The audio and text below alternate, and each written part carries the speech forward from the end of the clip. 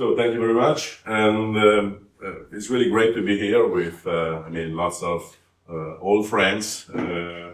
It's really very, very exciting, and I'm going to talk about Iraq, and my colleague Marco Nebbia is talking about Ukraine.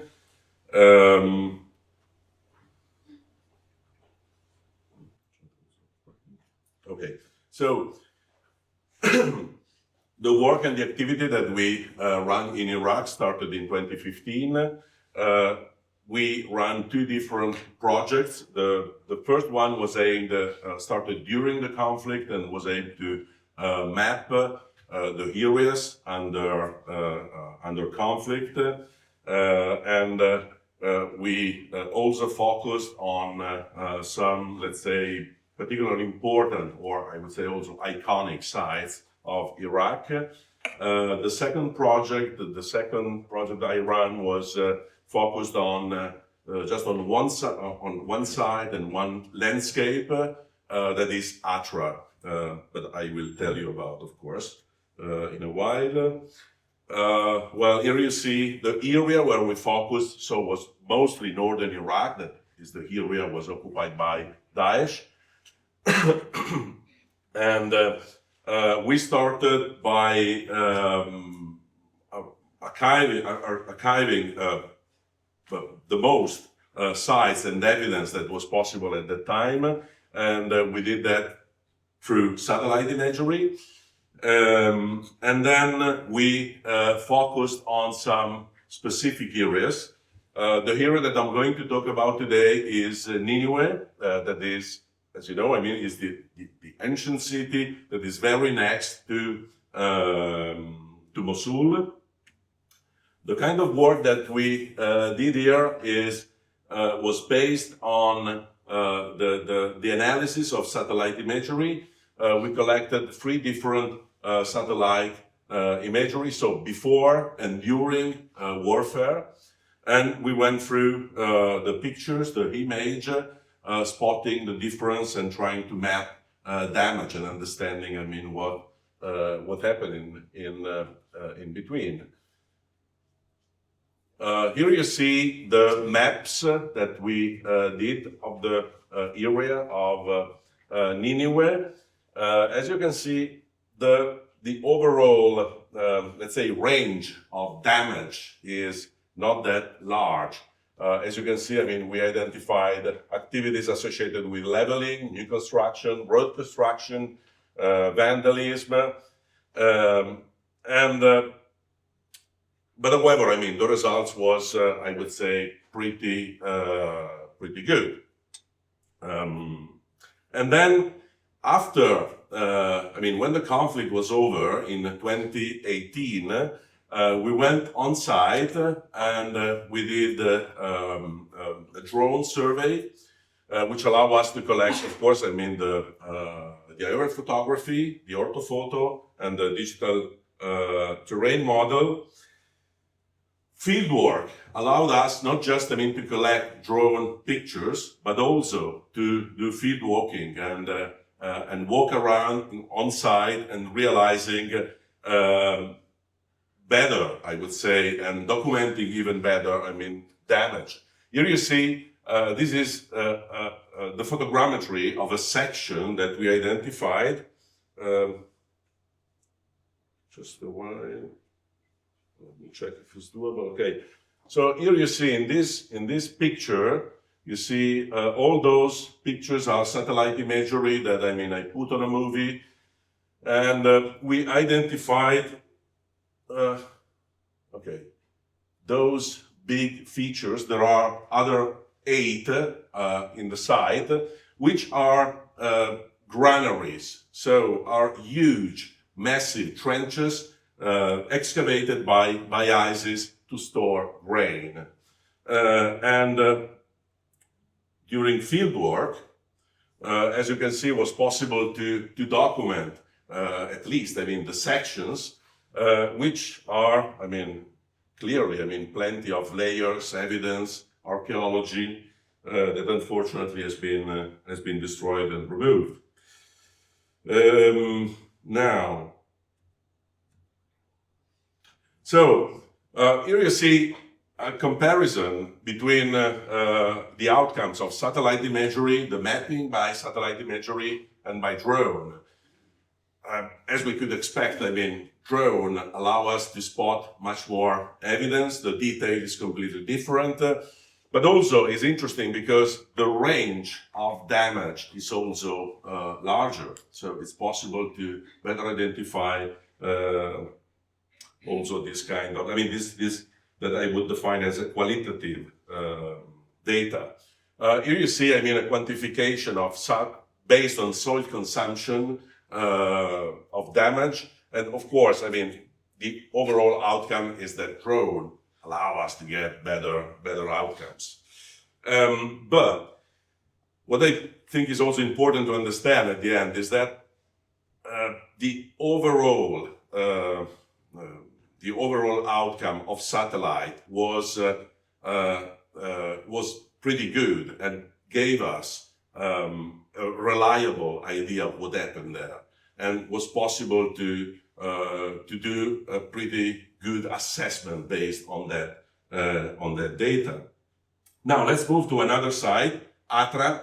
ATRA is a completely different context because, I mean, we don't have lots of time, but I mean, Nineveh, as I told you, is an old city surrounded by a modern city and suffering by a very strong pressure. I mean, with new construction and so on. Atra is 100 kilometers north from Mosul and is in the desert.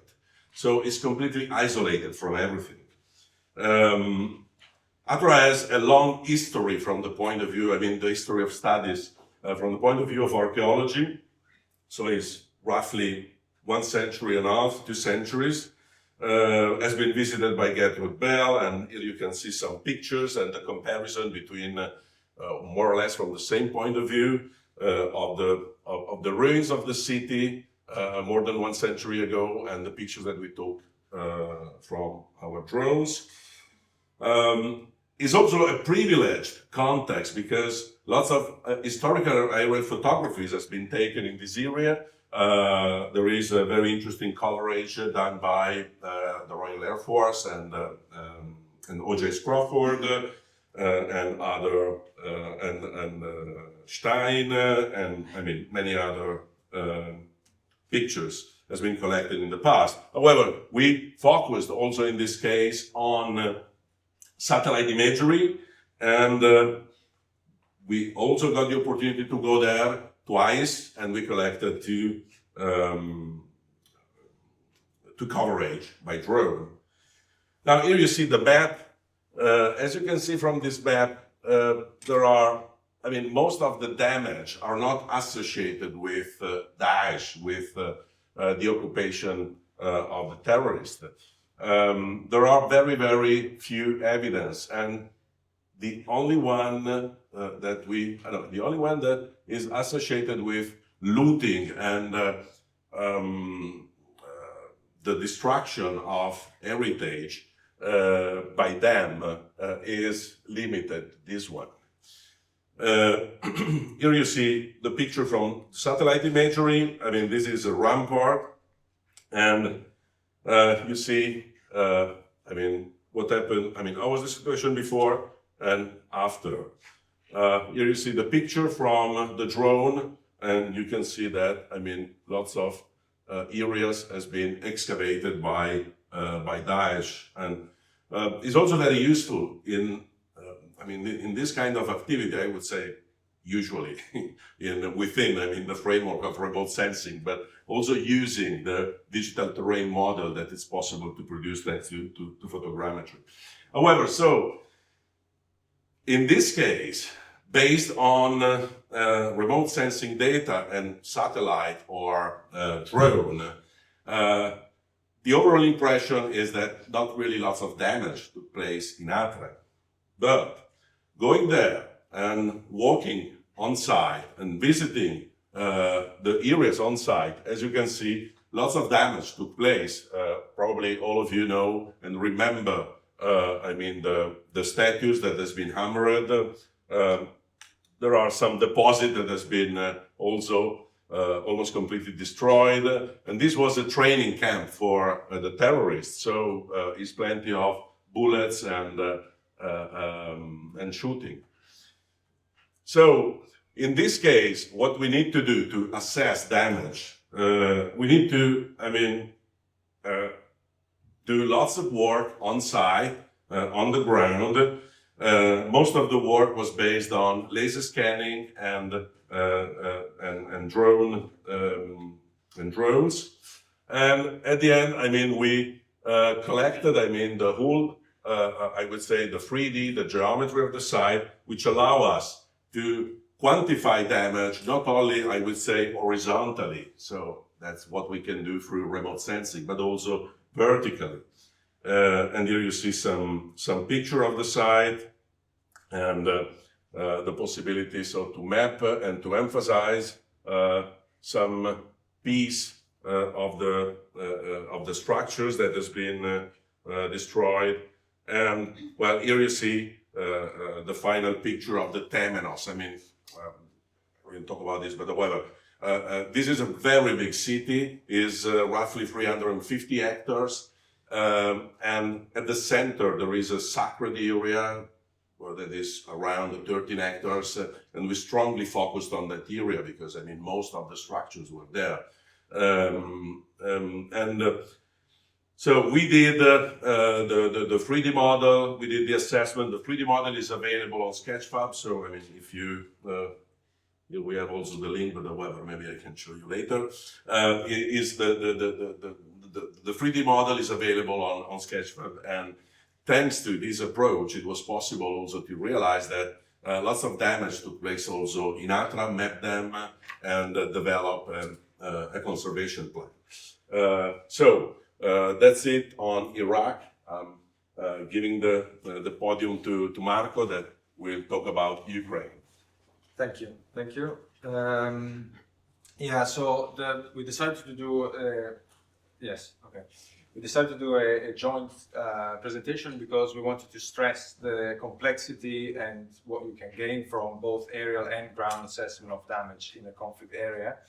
The case study in Ukraine was done in the first 6 months of conflict, so ongoing conflict, and it was a collaboration between Alif, who funded the project, UCL, a Global Heritage Fund, Planet Lab that provided free access to satellite imagery on a daily basis, and a group of archaeologists in Ukraine that, for safety reasons, we prefer to keep anonymous. We started with collecting the existing knowledge of archaeology across the whole of the country. We developed a PostGIS database saved in a local server. And today we present 2 case studies of 2 cities, Chernihiv and Kharkiv, and show how the combination of aerial photos damage assessment and ground assessment can provide insight on the logic between the damage, and to see, for instance, if archaeology, cultural heritage places have been part of a collateral damage of overall bombing or shelling, or if they were targeted purposely, especially at the beginning of the conflict. Because if you do an assessment in a post-conflict scenario, you have accumulation of damage. But if you do it at the beginning, you see what is targeted first, so the priority of the target as well. So the ground assessment was done by a group of colleagues in Ukraine, coordinated by Tatiana Krupa, who is based outside outside the Ukraine in Kazakhstan. So for safety reason, she was able to show the name and be part of the team. But she coordinated archaeologists in Ukraine from Kazakhstan. We collected basic information on destruction during the conflict. Of course, there is a problem of safety. Although it was important to document as it was happening, of course the coverage wasn't even across the city, because there are some parts where it wasn't safe to go to. And then we had an agreement with Planet Lab. They provided high resolution pan-sharpened imagery on a daily basis for 6 months, only for those 2 cities. So we agreed sort of case studies. So we were able to track on a daily basis the damage. So we did temporal analysis also within those 6 months, but now I'll present just a cumulative destruction over that time period. The idea was to map the overall destruction of urban landscape through the satellite imagery, and then specifically the ground assessment was targeting specifically cultural heritage, historic building, or buildings that had an importance for the Ukrainian identity in those 2 towns. And the combination, as I said, of the 2 assessments allows us to understand whether the destruction of cultural heritage remains, buildings, historical monuments, was a collateral damage of overall bombing and shelling, or they were targeted, and why specifically. This allows to have a big picture and allows to highlight the complexity of this damage assessment, also in light of a post-conflict reconstruction phase. So this is the results of the destruction of the urban landscape in both Kharkiv and Chernihiv. You see, we polygonized the buildings that have been destroyed, and this is a level of destruction. So you see hotspots of destruction across the townscape, and we were able to have quite a comprehensive coverage of all the city. And then we plotted the density of overall destruction of the city with the ground assessment where it was possible. Of course, ground assessment has a bias because they were not able to go in the most hit areas for safety reasons. But we have a pattern. We can see a pattern, especially in Chernihiv, where the most damaged buildings are actually not in the most hit areas. So at least, even if here we have collateral damage because of the bombing, we definitely know that these 2 buildings, specifically this one, has been hit purposely and not just as collateral damage of overall bombing. And this building is a state archive where there are documents showing related to the repression of Soviet regime against Ukrainians. So this became political. So it shows that, I mean, this is of course Ukrainian news, Ukrainian propaganda, but here when it becomes political, and of course, and that's why it's important to have this also in-depth ground assessment during conflict, because all these things are difficult to assess only from satellite imagery. But the combination of the 2 allowed to see that if there was an intention of hitting Ukrainian identity and to repress the past, this is one example. So to conclude, the importance of what we wanted to show today in the 2 different case studies, the study where it started during the conflict remotely and then went into the ground in a post-conflict scenario, and then the second case studies where we had all the assessments done during the initial phases of the conflict. It's very crucial to understand the complexity of what we can do in terms of assessment with a view to a post-conflict restoration and also accountability of damage for the parts involved. You want to say? No, I think it's fine. Yeah. Okay. So this was the presentation. Thank you very much.